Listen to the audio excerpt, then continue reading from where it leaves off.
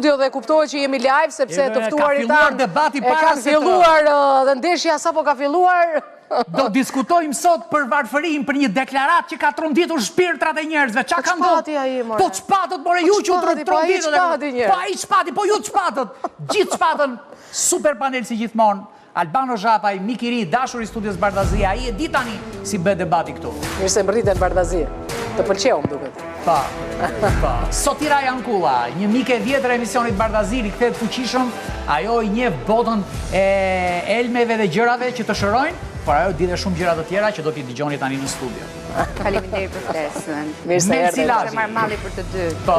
Edhe ne kishte marrë malli shumë për ty. Këto fjali i duam. Nelsi Labi.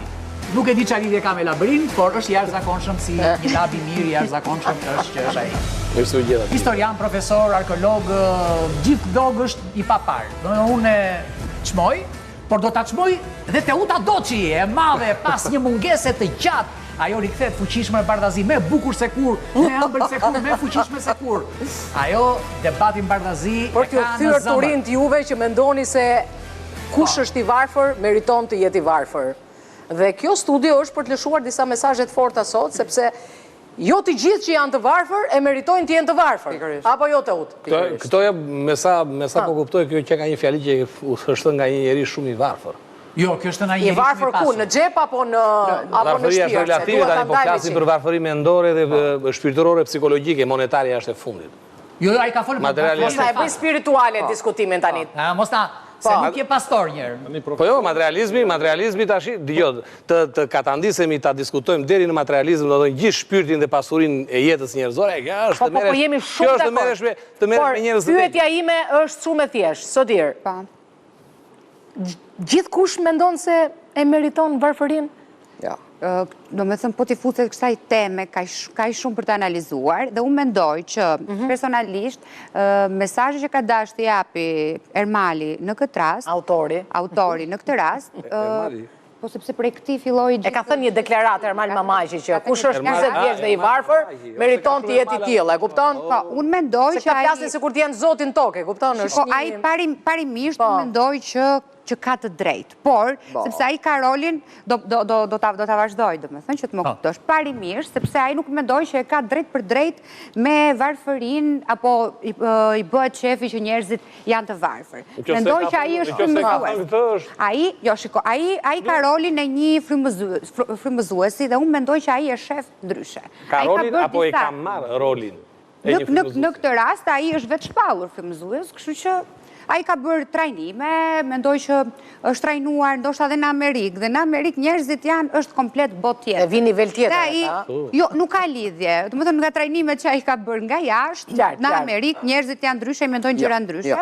Në Amerikë njerëzit janë një lloj, me të njëjtën staturë dhe normalisht në Amerikë dhe në botën anglosaksone, për sa i përket eksperiencës. Nuk t'i ofron Shqipëria tani, mos të bëjmë krahasime. Tu ka të drejtë, Sotira, varet sa mund të nxjerr dhe individu. Jo, të mos dalim nga tema, a e meriton apo jo të jenë, për mua asnjë nuk e meriton të jetë i varfër. Pavarësisht pasoj pjesës tjetër. Ajo që ka thënë, ai do të jetë thjesht frymëzues, do që të tregojë që njerëzit duhet të luftojnë. Kjo është mënyra për të frymëzuar. Ashtu e ka ai mënyrën e vet. Jemi dakord. Dgjoj, unë mendoj që ne nuk do merremi me emrin e përveçëm. Nuk po fare. Që doli në këtë rast. Ne shmangim dhe këtë foton regjia, lutem se nuk merren me fenomenin. Mënyra se si ai e tha, unë nuk e dija këtë gjë, se s'kam ndërmend të gjëmoj të thënit në rrjetet sociale. Edhe nuk është se është në preferencat e mia të thënies. Le ta gjëmojnë, bën çfarë duan, tu çfarë nuk gjëmojnë, e kupton, mua nuk më bën. Kështu, mua mos është edhe stisje për të marrë më shumë klikime. Dëgjoj, edhe ajo mund të jetë, por ne po flasim për fenomenin i nderuar profesor, për fenomenin. Pra, a qëndron kjo problematik që njerëzit që në 40 vjeç janë të varfër e meritojnë, dhe bëri ca krahasime. Bile kaq do bërë, jo po qeveria që ca gjëra që s'ka lidhje fare. Populli meriton qeverinë që ka, ne meritojmë misin që kemi, dhe këta 40 vjeçarët meritojnë gjendjen ku janë pa i analizuar dhe pa i bërë shiko. Kur nxjerr të tilla postulate, duhet kesh parasysh që do kesh analizuar mirë, domethënë gjithë situatën. Po se edhe po e ka thënë Ermali e tha më. Jo, po ne s'po merrem. Po jo, se do merremi ne kush e tha, po problemi është. Shiko, po nuk vetëm ai, unë kam dëgjuar shpesh këtë fjali. Për shashu e pa e ti e meriton. Mund ta kem thënë. Kjo është një nihilizëm i pastër që e përdori njerëzit që kanë një botë vogël. Shiko, kur ti shikon që ti sakrifikon ke bërë ato ka përdzimet se si që kemë filluar në punën, dhe shikon një tjetër që ri dhe thot, ua, po ky, edhe ti e thua. Më fal një herë të lidhemi në kontekst. Po një nën 20 vjeçari që ka sakrifikuar të rjetën duke lindur fëmijë që nga 20 vjeç dhe ka bërë 6 sopë dhe ka bërë me sukses dhe ka mbetur më fal, dhe ka mbetur për vete e varfër. Ajo bravo i qoftë e meriton të jetë e varfër, sepse ka bërë një krim ndaj njerëzimit dhe ka lindur dhe ka rritur. E çfarë janë këto budallëqe që po le për koktime se si ja vlen të diskutojmë po. Jo, ti s'duhet të jesh dakord. Jo, prit, se ki frikur ka kur është dakord ai. Dakord dhe që të mos e ripërsëris, dhe që ta mbyllim diskursin e personit, unë do të tregoj një histori të vogël. Le historitë e. Jo, prit, se ai ka. Është e fortë kjo. Tani Francisco Goya, piktor i madh, e thirri mbreti dhe i tha do më bësh portretin, i tha dhe dua tha sikur të jemi gjallë, dua tha.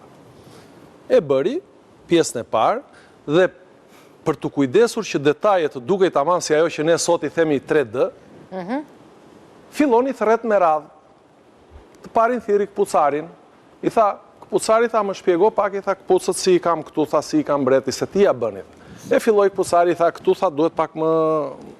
Këtu e keme cep, tha duhet pak më... Morali fabulës tani se... Edhe 20 sekonda. Filloj...